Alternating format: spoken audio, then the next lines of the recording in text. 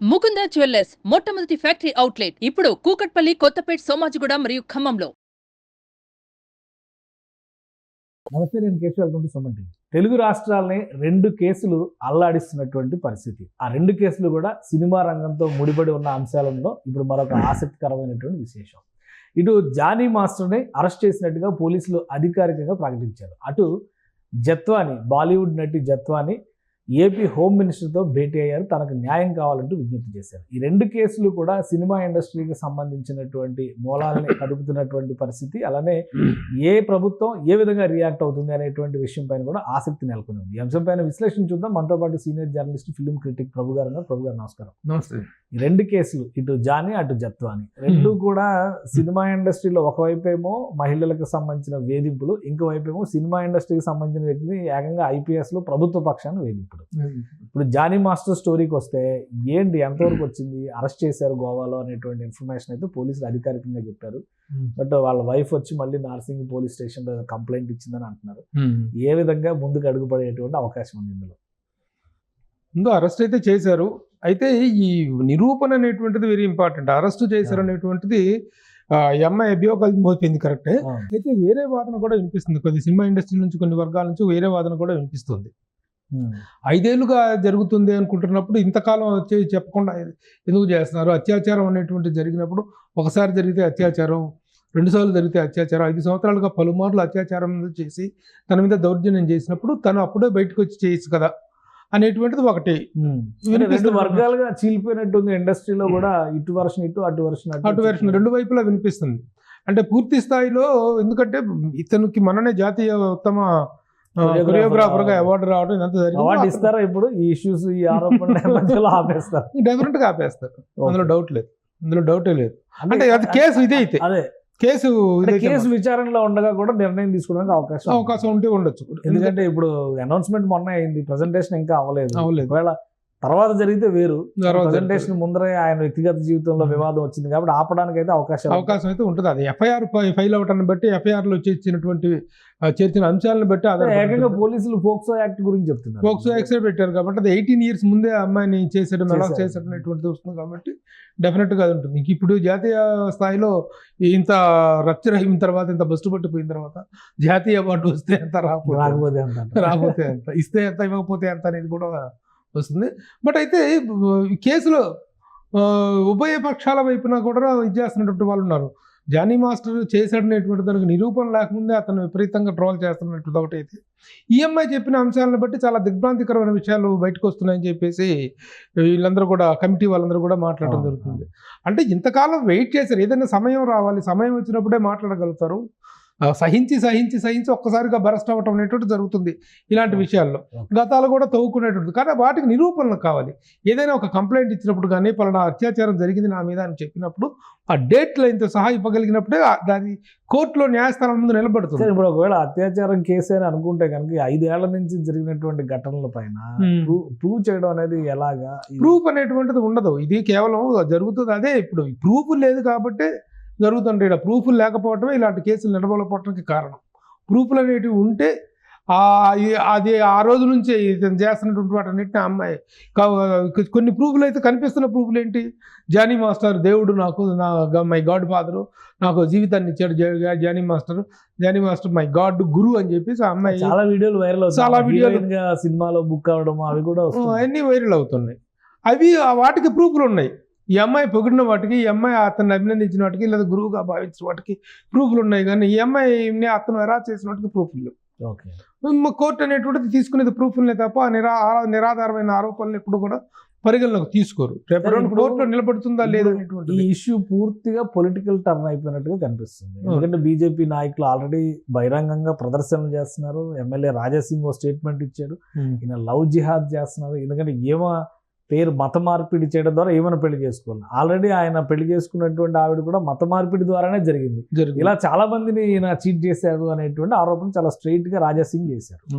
ఇది political turn అయింది అనుకోవాలా, లేదా ఆధారం ఆల్రెడీ తీసుకుంది? It has taken a political turn, no doubt about that. అక్కడ ఆంధ్రప్రదేశ్లో జానీ మాస్టర్ని జనసేన పార్టీ ఇమీడియట్ గా తీసేయటం అనేటువంటిది కూడా దాంట్లో కూడా ఒక పొలిటికల్, దీంట్లో ఒక స్టెప్ గానే అనుకోవాలి. అలాగే ఇక్కడ రాజా సింగ్ బీజేపీ వాళ్ళు వాళ్ళ మైండ్ సెట్ లో వాళ్ళు మాట్లాడుతున్నారు. మిత్రపక్షాలే కదా జనసేన రెండు మిత్రపక్షాల యొక్క ఫైనల్ వెడిక్ట్ అయితే అదే కదా, జానీ మాస్టర్ వైపే చూపిస్తుంది కదా. ఏళ్ళు రెండు చేస్తూనే వాళ్ళు చేస్తున్నటువంటి ఆరోపణలు, మరి లవ్ జిహాద్ అనేటువంటిది ఇద్దరిని కూడాను మత మార్పిడి చేసి పెళ్లి చేసుకోవటం అనేటువంటిది అంశాన్ని వీళ్ళు సీరియస్గా తీసుకొని, మత మార్పిడి ఎందుకు నువ్వు చేసుకుంటే చేసుకోవచ్చు కదా, ఓకే ఎందుకు వేరే మతంలో చూస్తే మతం మారితేనే చేసుకోవాలనేటువంటి నిబంధన ఎందుకు పెట్టావు, ఎందుకు చేస్తున్నారు, ఆ ప్రెజర్ అనేటువంటిది ఉంది. ఇంకా చాలా మంది మీద కూడా మత మార్పిడి ప్రయోగం అయితే ఆ బలాత్కారం జరిగింది అనేటువంటి కోణంలో బీజేపీ వాళ్ళు చూస్తున్నారు. ఓకే సో రాజకీయ పరమైనటువంటి యాంగిల్ కూడా తీసుకుంది. రైట్. ఇంకొక ఇష్యూ జత్వాని అంటే ఈ రెండింటికి పోలిక లేకపోవచ్చు, అది ఏదైనా అది ఆ రాష్ట్రానికి ఇది ఈ రాష్ట్రానికి తెలంగాణకి ఒకటి తేలని సమస్యలాగా మారింది. ఈ రోజు ఆమె కాదంబరి జత్వాని ఏపీ హోమ్ మినిస్టర్తో భేటీ అయింది. తనకు వీలైనంత వేగంగా న్యాయం చేయాలని. ఆల్రెడీ 3 IPS ఆఫీసర్స్ సస్పెన్షన్ చేశారు. ఆల్రెడీ ఒక 5గురికి సంబంధించి బహుశా 7గురు పోలీస్ అధికారులని సిఐ SI కానిస్టేబుల్ లెవెల్ వాళ్ళని కూడా సస్పెన్షన్లో పెట్టింది అక్కడ ప్రభుత్వం. సో ఆ కేసుని ఏ విధంగా చూడాలి? అది బాలీవుడ్కి సంబంధించినటువంటి నటి, ఆమెకి సంబంధించి ఒక హెరాస్మెంట్ జరిగింది, అదేదో ఒక లవ్ స్టోరీ ఉంది, దాని నుంచి ఈ కేసు వచ్చింది అంటున్నారు. ఇప్పుడు సినిమా నేపథ్యం కాబట్టి, సినిమా నేపథ్యం రెండింటిలోనూ సినిమా నేపథ్యం ఉండటం అనేటువంటిది కామన్ ఫ్యాక్టర్. అయితే దాంట్లో కూడాను పోలీస్ అధికారులు చేసినటువంటి వాళ్ళు చూపించినట్టు అత్యుత్సాహం అనేటువంటిది, ఒక 3 IPS ఒకటే టైం సస్పెండ్ చేశారనేటువంటిది దేశ చరిత్రలోనే ఒక అరుదైన సంఘటన. మరి చేశారంటే అక్కడ చూపించినటువంటి ఇదంతా కనిపిస్తూనే ఉంది.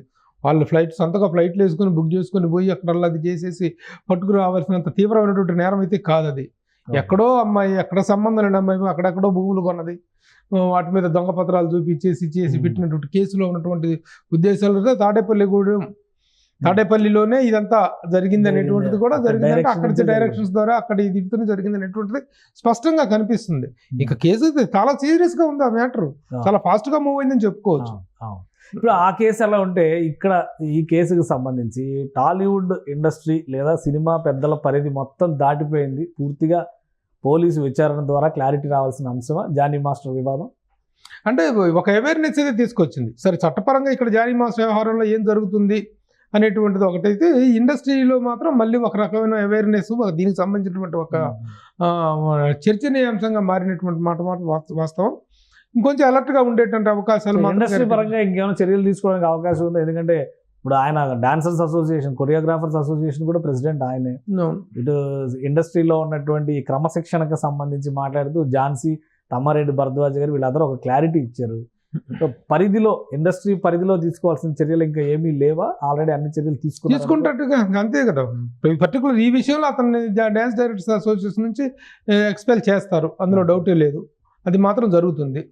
అది ఏది అరెస్ట్ తర్వాత పరిణామాలు అనమాట. ఛార్జ్ షీట్ అరెస్ట్ తర్వాత పరిణామాలు గ్యారంటీగా ఎక్స్పెల్ చేస్తారు. క్రమశిక్షణ చర్య మాత్రం ఉంటుంది. అంతమించి ఎవరు వర్క్ కూడా ఇవ్వరు. సో కేసు ప్రొసీడింగ్స్ లోకి వెళ్ళాక అవార్డు అన్ని ఇంక వెనక్కి వెళ్ళిపోయినట్టే. ఇప్పటిదాకా ఆయన సాధించిన, ఇప్పుడు ఎందుకంటే అందరూ ఎక్కువ మంది మాట్లాడుతుంది, చాలా కష్టపడి ఆయన తన కెరీర్ బిల్డప్ చేసుకుంటే ఇది ఒక ఆరోపణతో మొత్తం ఆయన జీవితాన్ని కొలాప్స్ చేశారు అనేటువంటి విమర్శ బలంగా వినిపిస్తుంది. సో దీనికి సంబంధించి జానీ మాస్టర్ కానీ వాళ్ళ ఫ్యామిలీ కానీ రిప్లై ఇచ్చే పరిస్థితి ఉంటుందా? రిప్లై ఇచ్చినా కూడా ఆ రిప్లైకి చేసుకోవాల్సినట్టు ఇది ఉంది. ప్రూఫ్ చూపించేసి కేసు అనేటువంటిది అక్కడ నిరూపిత 2 కోణాలు ఉంటాయి ఇక్కడ. ఒకటి చట్టపరమైన కోణం, ఇంకొకటి నైతిక కోణం.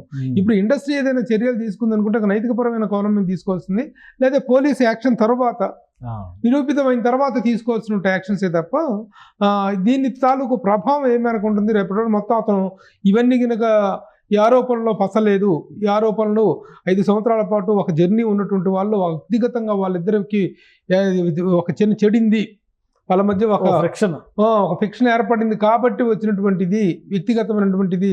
Not it comes under the harassment or me too లాంటిది. హెరాస్మెంట్ అనేది professional work place harassment, professional harassment కాదు అనేటువంటిది వచ్చిందనుకో, అతను మళ్ళీ బౌన్స్ బ్యాక్ అయ్యే అవకాశం ఉంది. రైట్.